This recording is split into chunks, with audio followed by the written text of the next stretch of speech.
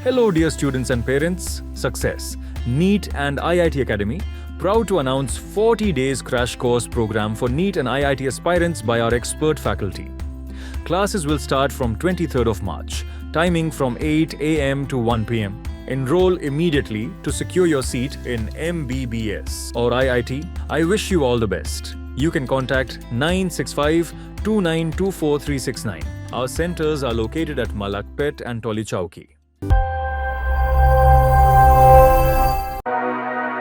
امریکی صدر Donald Trump نے اعلان کیا ہے کہ ان کے ملک میں 50 سالوں میں پہلی بار تعمیر ہونے والی $300 ارب کی آئل ریفائنری میں ہندوستان کا ریلائنس انڈسٹریز گروپ شراکت دار بنے گا۔ ڈونالڈ ٹرمپ نے یہ معلومات اپنے سوشل میڈیا پلیٹ فارم پر شیئر کی۔ انہوں نے کہا کہ زبردست سرمایہ کاری کے لیے ہندوستان میں ہمارے شراکت دار اور ہندوستان کی سب سے بڑی نجی توانائی کمپنی ریلائنس کا شکریہ۔ ڈونالڈ ٹرمپ نے کہا، مجھے یہ اعلان کرتے ہوئے فخر محسوس ہو رہا ہے کہ امریکہ فرسٹ ریفائننگ 50 سالوں میں پہلی نئی امریکی oil refinery bronze valley Texas میں شروع کر رہی۔ یہ $300 ارب کا تاریخی معاہدہ جو امریکی تاریخ کا سب سے بڑا امریکی عوام توانائی اور جنوبی ٹیکساس کے لوگوں کے لیے نوید ہے۔ انہوں نے مزید کہا کہ ہمارے امریکہ فرسٹ ایجنڈے اجازت ناموں کو آسان بنانے اور ٹیکس کو کم کرنے کی وجہ سے یہ ممکن ہوا کہ ہمارے ملک میں اربوں ڈالر کے سودے واپس آ رہے۔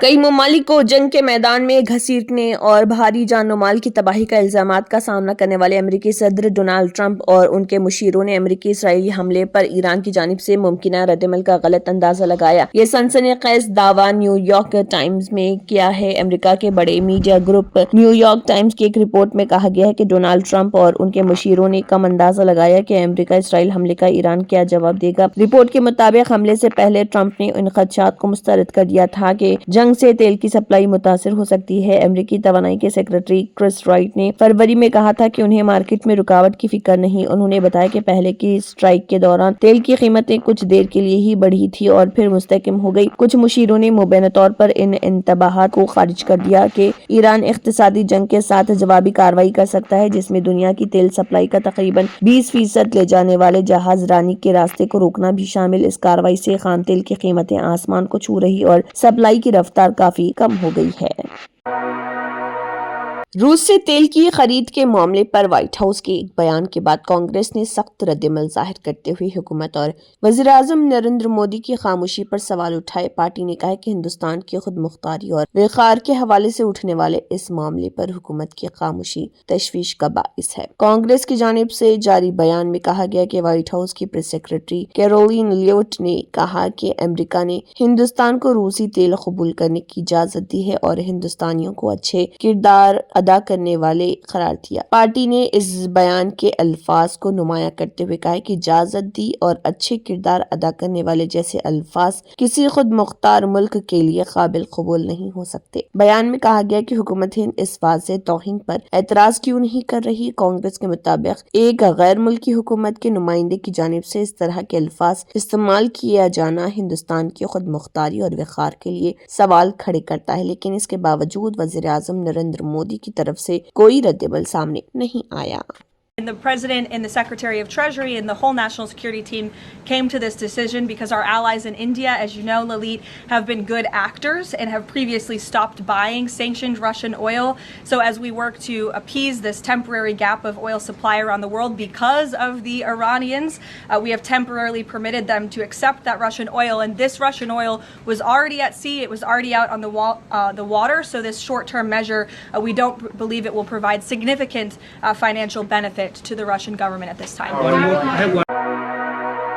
مشرقی وسط میں جنگی حالات اور ایران اسرائیل و امریکہ نے برآمد و درآمد پر منفی اثرات ظاہر کرنے شروع کر دیے۔ ہندوستانی مچھیروں بالخصوص سمندری مخلوق کی تجارت کرتے ہوئے زندگی گزارنے والوں کو متاثر کرنا شروع کیا۔ سمندری اشیاء بالخصوص مچھلی اور جھینگے جو کہ مرغوب اشیاء تغذیہ میں شمار کیے جاتے ہیں، ان کی تجارت متاثر ہونے کے نتیجے میں ہندوستان میں جھینگوں کی قیمتوں میں گراوٹ ریکارڈ کیے جانے کا امکان بتایا جاتا ہے کہ ہندوستان سے دنیا کے مختلف ممالک کو روانہ کیے جانے آنے والے جھینگوں کی سربراہی بری طرح سے متاثر ہو چکی ہے اور اب مچھیروں کو جو یومیہ اساس پر جھینگے پکڑتے ہیں اور بعض اپنے خانگی تالابوں میں جھینگوں کی پیداوار کے ذریعے تجارت کرتے ہیں، انہیں اپنی پیداوار کو چنئی میں موجود کولڈ سٹوریج کے لیے روانہ کرنا پڑ رہا، کیونکہ وہ جھینگے پکڑے جا چکے ہیں، انہیں فوری روانہ کرنا ہوتا ہے یا پھر کولڈ سٹوریج میں محفوظ کرنا پڑتا ہے۔ ہندوستانی بازار کے ماہرین کے مطابق دنیا بھر میں ہندوستانی آبی زراعت یا مچھلی، جھینگے اور دیگر آبی مخلوق کو پیداوار کے بعد سالانہ 1 ملین میٹرک ٹن آبی مخلوق برآمد کیے جاتے ہیں، اور پڑوسی تیلگو ریاست آندھرا پردیش سے ہی جو آبی مخلوق کی برآمدات ہوتی ہے وہ 8 لاکھ میٹرک ٹن سے زیادہ کی پیداوار ہے۔ رمضان المبارک اب موسم گرما کی سخت گرمی کے ساتھ گزر رہا اور گرمی کی شدت میں بتدریج اضافہ ہو رہا۔ ایسے میں شہر اور مضافات کی مارکیٹس میں پتے والی ترکاریوں اور کئی قسم کے پھل کی بہتات دیکھی جا رہی۔ بازاروں اور ویکلی مارکیٹس میں تازہ پھلوں کی آمد ہوتی ہے، اس لیے لوگ تازہ پھلوں کے حصول کے لیے ان مارکیٹس کا رخ کرتے ہیں۔ ان پھلوں میں پپئی کو ایک اہم اور تغذیہ بخش پھل سمجھا جاتا ہے۔ پپئی کی کئی اقسام ان دنوں مارکیٹس میں دستیاب ہیں۔ اس میں وٹامنز اے، سی، ای اور فائبر ہوتا ہے۔ پپئی کا ذائقہ مزیدار ہوتا ہے اور پپئی زیادہ تر شہر کے اطراف کے دیہاتوں سے شہر کی مارکیٹس میں آتی ہیں۔ زیادہ تر کسان پپئی اگانے کو پسند کرتے ہیں، محض اس لیے نہیں کہ یہ کم توجہ کے ساتھ نفع بخش اور اس کی زیادہ پیداوار ہوتی ہے، بلکہ یہ ایک موسمی فصل ہوتی ہے اور آسانی سے فروخت ہوتی ہے کیونکہ مارکیٹس میں ہر وقت اس کی مانگ ہوتی ہے۔ یہ بات ایک سینئر اور ادیب احمد نے کہی جو کندکور منڈل میں اگرجیا گوڑا ولیج میں ان کی فارم لینڈ کاشتکاری کی اراضی پر پپئی کی کاشت کرتے ہیں۔ شہر کی مارکیٹس میں بالخصوص رنگا ریڈی ڈسٹرکٹ سے ہر دن آنے والی پپئی کے اقسام میں واپی فروٹ کو جسے نمبر 15 بھی کہا جاتا ہے نہایت محفوظ سمجھا جاتا ہے۔ گیس کی قلت نے ملک بھر کے کئی شہروں کے ساتھ شہر حیدرآباد میں کوہرام مچا دیا ہے اور شہر حیدرآباد میں بیشتر ہوٹلوں کے مالکین نے چائے کی فروخت بند کر دی ہے اور بتدریج اپنے مینیو میں تخفیف کی منصوبہ بندی کر رہے۔ ہوٹل ایسوسی ایشن کے ذمہ داروں نے ریاستی حکومت سے مطالبہ کیا ہے کہ وہ ریسٹورانٹ صنعت کے تحفظ کے ذریعے لاکھوں افراد کو بے روزگار ہونے سے محفوظ رکھنے کے اقدامات کو یقینی بنائیں۔ شہر کے مشہور ہوٹل شاہ غوث نے اپنی تمام 7 شاخوں پر چائے کی فروخت کو بند کر دیا۔ مالک شاہ غوث ہوٹل محمد ربانی نے بتایا کہ ایسی اشیاء کی تیاری سے گریز کرنے کا فیصلہ کیا گیا ہے جس کے لیے زیادہ گیس درکار ہوتی ہے۔ انہوں نے بتایا کہ ان کی تمام شاخوں میں یومیہ 250 تا 300 گیس سلنڈر درکار ہوتے ہیں، لیکن گزشتہ 24 گھنٹوں کے دوران 25 تا 30 گیس سلنڈرز کا حصول بھی مشکل ہو گیا۔ محمد خالق افسر مینیجنگ پارٹنر گرینڈ باورچی نے بتایا کہ جن ہوٹلوں میں لکڑی کے چولہے یا بھٹی کے استعمال کی گنجائش نہیں ہے، ان ہوٹلوں میں فوری طور پر یہ اقدام کیا گیا ہے۔ ملک پیٹ میں واقع ہوٹل پشاور میں بھی چائے کی فروخت کو بند کر دیا گیا ہے۔ اندرون 72 گھنٹے گیس کی سربراہی معمول کے مطابق نہیں ہوئی تو ایسی صورت میں بیشتر تمام ہوٹلوں میں پکوان کا سلسلہ بھی بند ہو جائے گا۔ محمد خالق افسر نے بتایا کہ تلنگانہ اسٹیٹ ہوٹلز ایسوسی ایشن کے نمائندوں نے ریاستی وزیر سول سپلائز کیپٹن اتم کمار ریڈی کو مکتوب روانہ کرتے ہوئے فوری طور پر ہوٹلوں اور ریسٹورانٹ کے لیے گیس کی سربراہی کو بحال کرنے کا مطالبہ کیا۔ تلنگانہ کے وزیر اعلیٰ ریونت ریڈی نے کہا کہ موسیٰ ندی ترقیاتی پروجیکٹ اور جھیلوں اور تالابوں کے تحفظ کے سلسلے میں متاثر ہونے والے غریب خاندانوں کو ڈبل بیڈ روم مکانات کے علاوہ مناسب معاوضہ دیا جائے گا۔ ریونت ریڈی نے نلا چیرو جھیل کے تحفظ کے بعد ہائیڈرا کے ترقیاتی کاموں کا افتتاح کر رہے تھے۔ ہائیڈرا نے شہر اور اس کے اطراف جھیلوں اور تالابوں کے قریب غیر مجالس قبضوں کو برخاست کرتے ہوئے جھیلوں کی بحالی کے اقدامات کیے ہیں۔ وزیر اعلیٰ نے کہا نظام دور حکومت میں تعمیر کردہ جھیلوں کے تحفظ کے ذریعے سیاحتی سرگرمیوں میں اضافہ ہوگا۔ انہوں نے کہا کہ ذخائر آب کے تحفظ کے ذریعے نہ صرف آبی ضرورتوں کی تکمیل ہوگی بلکہ ماحولیاتی آلودگی پر قابو پایا جا سکتا ہے۔ انہوں نے عوام سے اپیل کی ہے کہ حیدرآباد کے تحفظ اور اس کی ترقی میں حکومت سے تعاون کریں۔ آؤٹر رنگ روڈ حدود میں شہر کی آبادی 1.34 کروڑ ہو چکی ہے۔ آنے والی نسلیں جھیلوں اور تالابوں کے عدم تحفظ پر معاف نہیں کریں گی۔ حکومت سڑکوں کی توسیع اور فلائی اوورز کی تعمیر کے ذریعے ٹریفک سسٹم کو بہتر بنانے کی مساعی کر رہی